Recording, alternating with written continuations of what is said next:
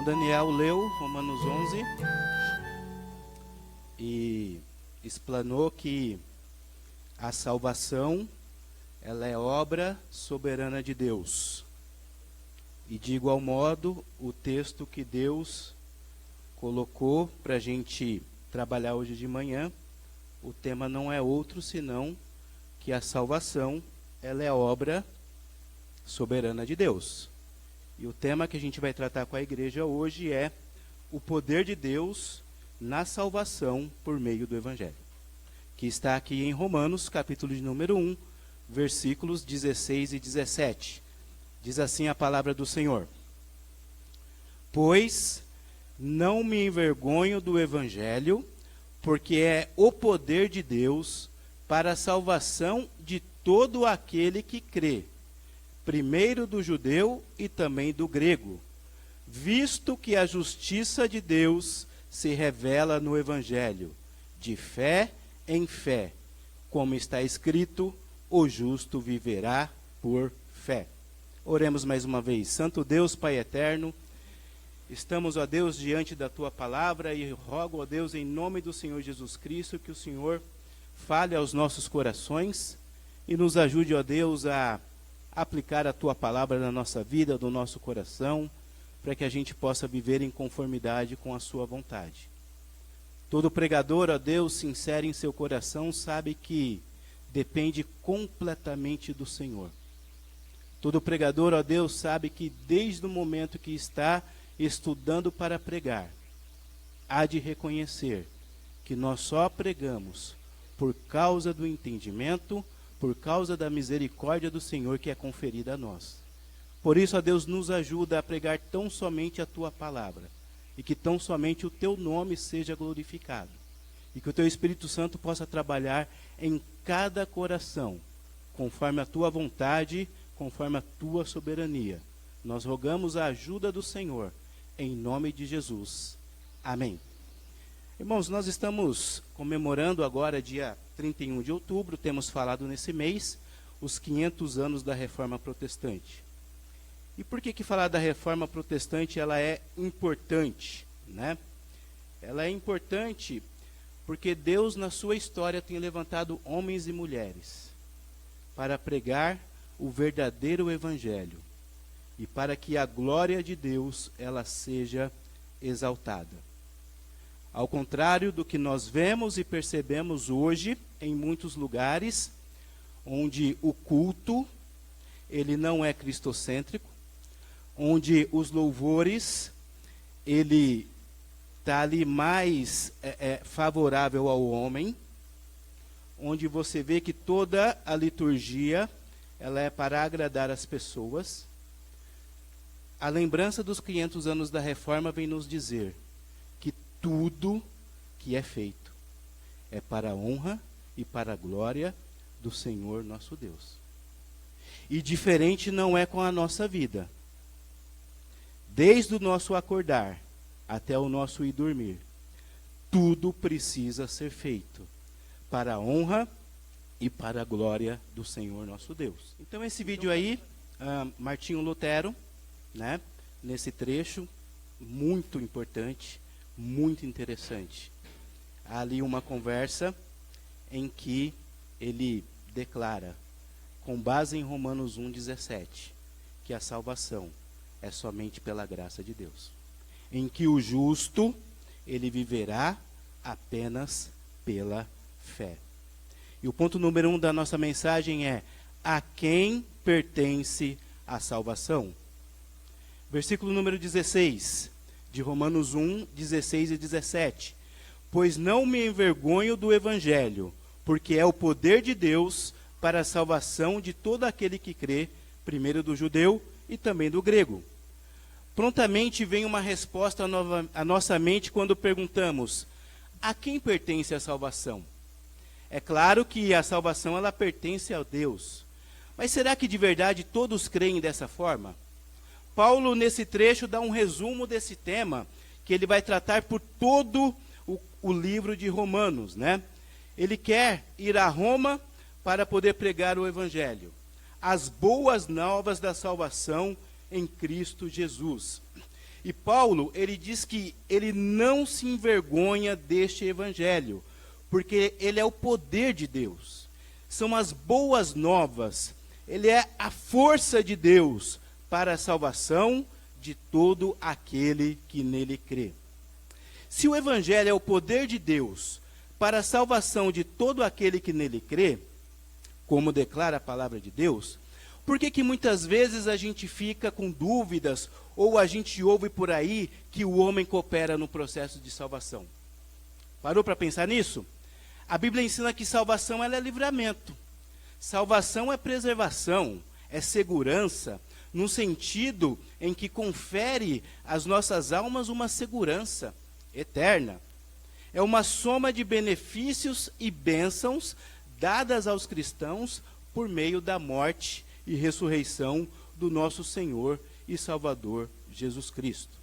A pergunta é: como é que pode o homem perdido, como é que pode o homem que está morto nos seus delitos e pecados poder ser coautor, ser cooperador de uma obra maravilhosa como esta, que custou sangue, que custou um alto preço? E a resposta é: o homem não pode.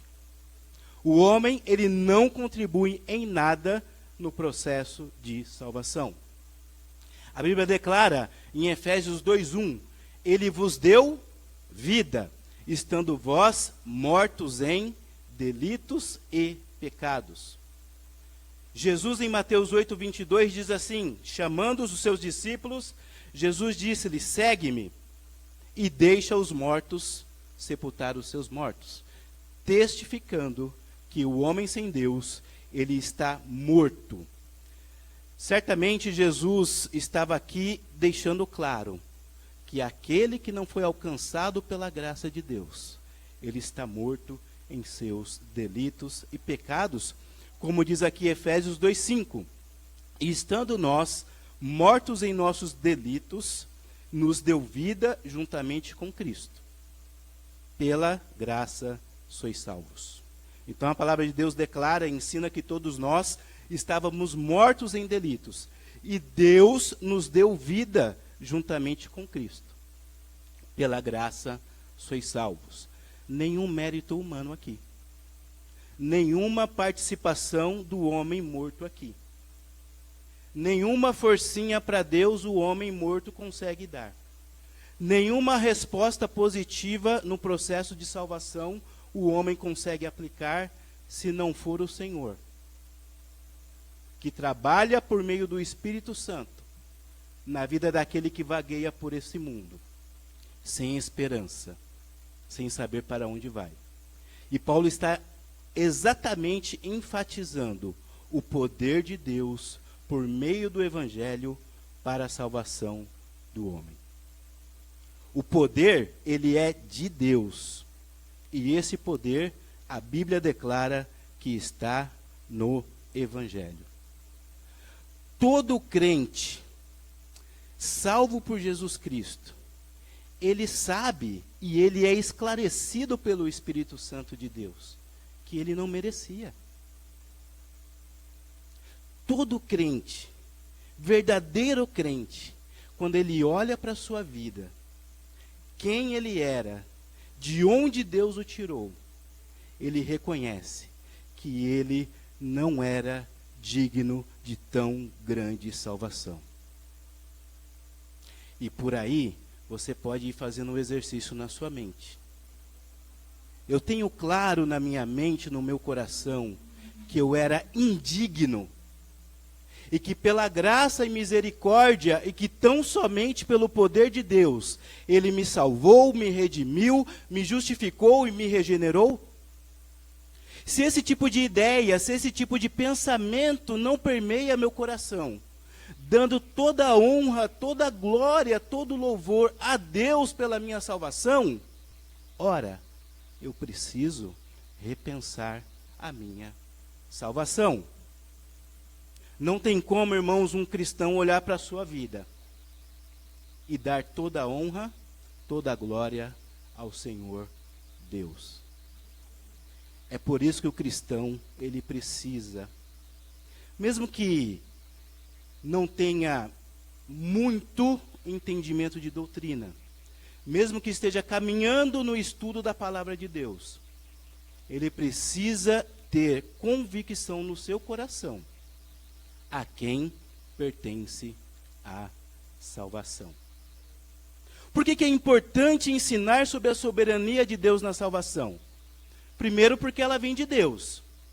Segundo, porque ela vem pela pregação do Evangelho. Depois, porque a salvação que é operada pelo poder de Deus, ela transforma, ela vivifica, ela regenera, ela santifica. Irmãos, por quê?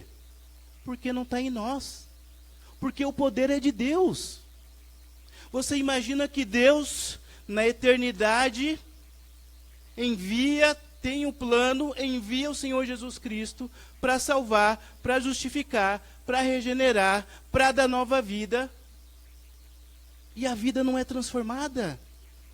Como que a gente pode explicar o poder de Deus no processo de salvação, se hoje eu não sou uma nova criatura em Cristo Jesus? Não tem como explicar, porque o poder, ele é de Deus. E aí a gente entende e diz que cristianismo não é passatempo. Cristianismo não é brincadeira. O crente, ele não brinca com o pecado. Ao contrário, ele luta contra si mesmo e ele luta contra o pecado. Por isso, Paulo, em 1 Coríntios 9, 26 e 27, nos mostra como deve ser a nossa caminhada cristã. Assim diz o texto: assim corro também, não sem meta, não sem objetivo, assim luto, como desferindo golpes no ar. E ele diz: eu esmurro o meu próprio corpo e o reduzo à escravidão, para que, tendo pregado a outros, não venha eu ser desqualificado. Luta constante, batalha diária. Todo dia, todo momento, a gente luta contra a gente mesmo para ser agradável a Deus. Então, somente aqueles que foram salvos pelo poder de Deus no Evangelho, pois é Deus quem opera em nós, tanto querer como o realizar. Agora, por outro lado, o não salvo, aquele que não se arrependeu dos seus pecados, aquele que não foi alcançado pelo poder de Deus, aquele que não foi alcançado pelo Evangelho, ele está no nosso meio. Ele está na instituição igreja. Ele está no templo. Ele está no prédio. Ele vive a sua vida, mas ele não está nem aí. Ele não tem metas para Deus. Ele tem metas para ele mesmo. Ele não está preocupado com o seu processo de salvação. Ele não observa se a vida dele está sendo moldada e transformada a cada dia. Ele não está preocupado com a volta do Senhor Jesus Cristo. Ele não está preocupado com o que ele vai apresentar diante do Senhor Jesus Cristo. E ele vai vivendo, achando porque está no meio que é crente, que é salvo, não querendo e não de verdade analisando se ele nasceu de novo. Onde uma das características de quem nasceu de novo, a Bíblia fala que as coisas velhas, eis que tudo. Então o texto da palavra de Deus, ele declara que o Evangelho, as boas novas, é o poder de Deus para a salvação de todo aquele que nele crê. Então a pergunta: a quem pertence a salvação? A salvação vem do Senhor. Sobre o teu povo seja a tua bênção, Salmo 3:8. Tito 2:11, porque a graça salvadora de Deus se há manifestado a todos os homens. 1 Tessalonicenses 5:9, porque Deus não nos destinou para a ira, mas para a aquisição da salvação por nosso Senhor Jesus Cristo. E Abacuque 3:18, todavia eu me alegrarei no Senhor, exultarei no Deus da minha salvação. Ainda que todos esses textos, ele tem contextos para falar de salvação, dos perigos, da perseguição, também ele fala aqui da salvação das nossas almas. Porque Deus, ele é o único soberano no processo de salvação. Então, se você foi ensinado, ou fica ali entre dois senhores, o homem participa da salvação, é o homem quem decide vir a Jesus. Quando eu quiser, eu venho a Jesus. Você está enganado. Porque a salvação, ela pertence ao nosso Deus. E você não pode vir a Jesus a hora que você quiser. Você não pode dizer, até o fim da minha vida, eu entrego ela para Jesus. A obra da salvação pertence somente ao nosso Deus. Mas, irmão, o que eu faço se eu não tenho certeza da minha salvação? Clame a Deus. Ore a Deus. Para que Ele te dê esclarecimento, te dê entendimento. Porque a salvação, ela procede de Deus somente pela graça. Mas você precisa ter fé. E como que eu imputo a minha fé? Crendo que Deus enviou o seu Filho para morrer no meu e no seu lugar. E você clama a Deus, fala, Senhor, como que é isso? Meu filho Samuel tem 8 anos. E eu não quero que Deus me dê outra coisa, senão a salvação dele. E ele diz assim, mas pai, eu já sou salvo. Pai, eu já aceitei Jesus. Não. Porque não é ele, é Deus quem opera. E se eu acreditar, irmãos, que é meu filho que pode decidir a respeito da salvação dele, eu estou deixando Deus de lado. Mas eu posso orar e clamar para que Deus o salve. E quase todos os dias de noite, quando ele vai dormir, eu falo, olha, não esquece para você orar a Deus. Para que ele te dê entendimento acerca da salvação em Cristo Jesus. É por isso que na igreja tem muitos que estão assentados nesse banco, crendo que são irmãos, crendo que são salvos, mas nunca nasceu de novo, porque jamais depositaram a sua fé no Evangelho que salva, que muda e que redime. Atos 4,12 diz, em nenhum outro há salvação, porque debaixo do céu nenhum outro nome há, dentre os homens, pelo qual devamos ser salvos. Romanos 10,17, de sorte que a fé vem pelo ouvir, e o ouvir a palavra de Deus. A gente precisa tomar cuidado com esse tipo de teologia que tem produzido muitos convencidos e não convertidos.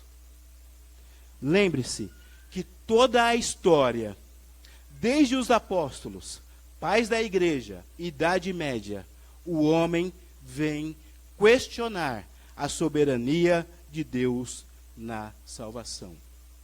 Por isso que estamos comemorando 500 anos da Reforma, em que Deus levantou homens e mulheres para levantar a bandeira e lutar pelo Evangelho e dizer, não é o homem que decide vir a Jesus Cristo, não são as indulgências que levam à salvação, não, apenas a fé no Senhor Jesus Cristo pela graça de Deus operada pelo Espírito Santo de Deus. Precisamos crer nessas verdades. Não há mérito humano nenhum aqui. Não há nenhuma contribuição do homem no processo de salvação. A quem pertence a salvação? Somente a Deus. E o texto clássico, que não tem como ninguém negar, é Efésios 2,8.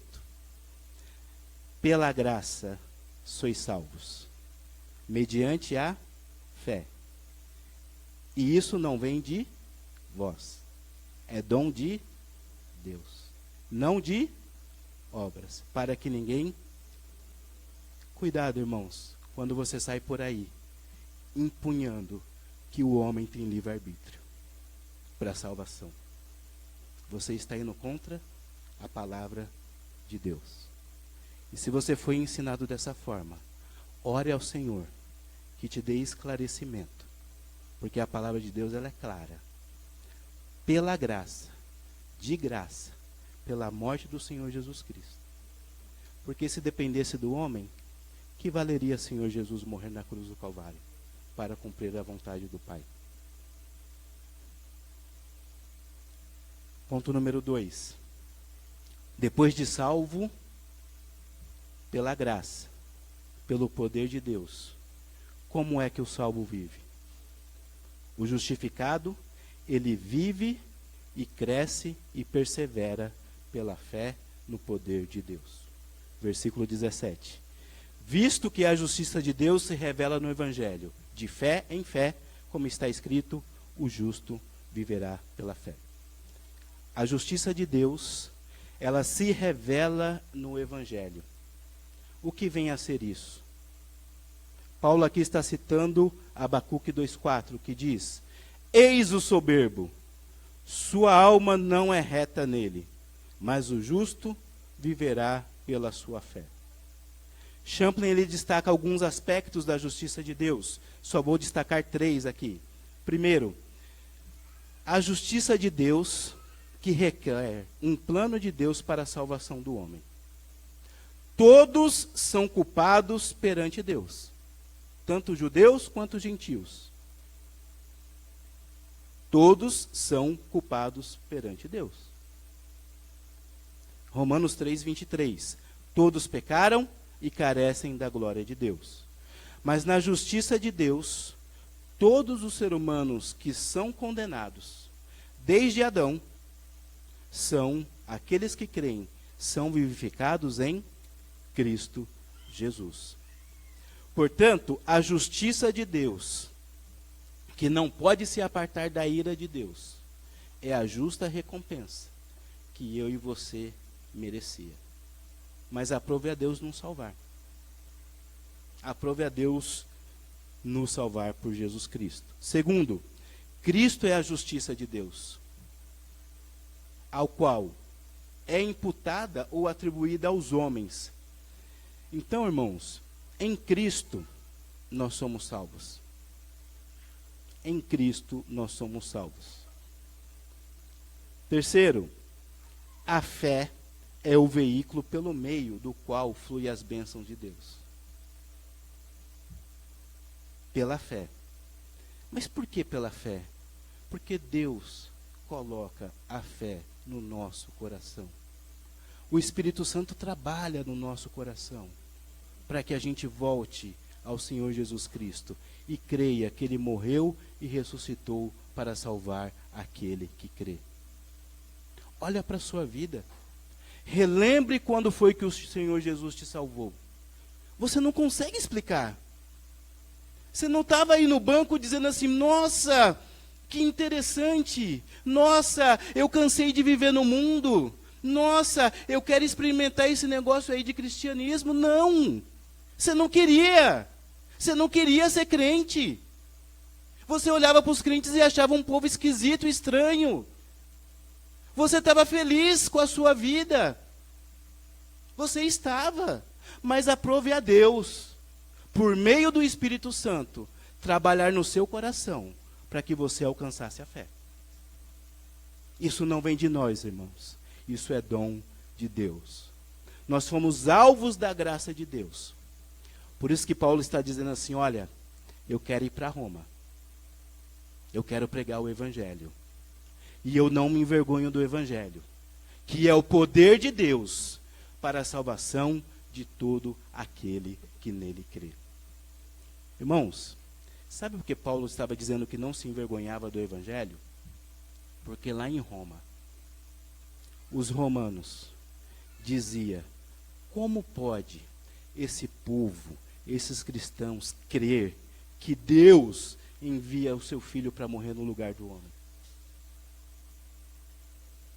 E eles fizeram lá no muro de um teatro um desenho, um homem crucificado, com cabeça de burro, e os outros homens adorando. Como quem querendo dizer assim: olha, acreditar nessa história tem que ser burro. Por isso que a fé salvadora ela vem de Deus. Paulo diz que é loucura para àqueles que não creem. Por isso, irmãos, que a salvação em Cristo Jesus, ela não brota outro sentimento em nós, a não ser querer crescer no conhecimento desse Deus. A salvação verdadeira, genuína em Cristo Jesus, ela não pode brotar outro sentimento em nós, em querer andar com esse Deus, em querer glorificar esse Deus em tudo que nós fazemos, em querer glorificar esse Deus nas músicas que a gente canta, em querer glorificar a Deus na pregação da palavra, onde quem entra nessa igreja, quem entra nesse templo tem que sair daqui dizendo assim: eu quero esse Deus. Graça irresistível. Só que a justiça de Deus, ela é amplamente debatida no nosso meio, onde as pessoas dizem: eu não acredito que o meu Deus salva uns e não salva outros. Vai para a palavra. Você também não queria Ele, mas Ele te salvou, Ele te escolheu, Ele te regenerou. Romanos 5,8, Deus prova o seu amor para conosco, em que Cristo morreu por nós, sendo nós ainda pecadores. Nenhum mérito em você, irmão. Nenhum mérito em você. De onde procede a sua convicção de salvação? Do Cristo? Do Salvador do mundo? Do poder de Deus manifestada pela pregação do Evangelho que transforma e gera vida? Ou de outra fonte que não tem levado você a buscar a Deus? Paulo falando em 1 Timóteo 1,15, esta é uma palavra fiel e digna de toda a aceitação, que Cristo veio ao mundo para salvar os pecadores, dos quais eu sou o principal. O crente precisa ter convicção da sua salvação em Cristo. Do contrário, se você não tem convicção da sua salvação em Cristo Jesus, você deve clamar a Deus para te dar sabedoria, para te dar entendimento. Porque o mesmo Espírito testifica com o nosso espírito que somos filhos de Deus. Romanos 8,16. Deseje, irmãos, de todo o seu coração, querer servir mais a esse Deus. Deseje de todo o seu coração ser fiel a Deus. Deseje de todo o seu coração, como Paulo declara, se possível, esmurrar o seu próprio corpo. Não se conformar com o pecado. Não se conformar com as suas decisões que não tem nada a ver com Deus. Para que você possa viver uma vida reta, justa e santa diante de Deus. Concluo. O justo, o justificado, o remido, aquele que foi salvo por Senhor Jesus Cristo, ele vive pela fé. E pela fé somente, depositando em Deus toda a sua esperança. Não importa a sua condição de vida. O crente deposita em Deus toda a sua esperança. Isso é sola fide, somente pela fé. O crente verdadeiro reconhece que foi salvo somente pela graça de Deus e que não há mérito nenhum dele na salvação. Sola gratia, salvo somente pela graça. Ele reconhece o poder da palavra de Deus no Evangelho para a salvação e para a perseverança dos santos. Sola Escritura. Somente as Escrituras. E ele reconhece o senhorio de Cristo em tudo. E em tudo na sua vida, ele procura glorificar o nosso Senhor e Salvador, Senhor Jesus Cristo. Sola Christus, somente Cristo. E dessa forma, irmãos, não há outro resultado na vida do crente em viver somente para amar a Deus, de toda a sua alma, de toda a sua força, de todo o seu entendimento, pois Ele é digno de toda a honra, toda a glória, todo o louvor. Só lhe deu glória. Somente a Deus toda a glória, principalmente na salvação. Não permita, então, que outra coisa que não seja glorificar a Deus seja o alvo e a meta da sua vida. Amém? Vamos orar. Senhor nosso Deus, nós te agradecemos, Senhor, pela tua infinita graça que nos salva. Nós te agradecemos, Senhor, pela tua infinita misericórdia, que a todo tempo e a todo momento vem nos relembrar do propósito da nossa vida, que é honrar, glorificar o Senhor em tudo. Tem misericórdia de nós, Senhor, quando a gente falha nesse propósito de somente glorificar ao Senhor.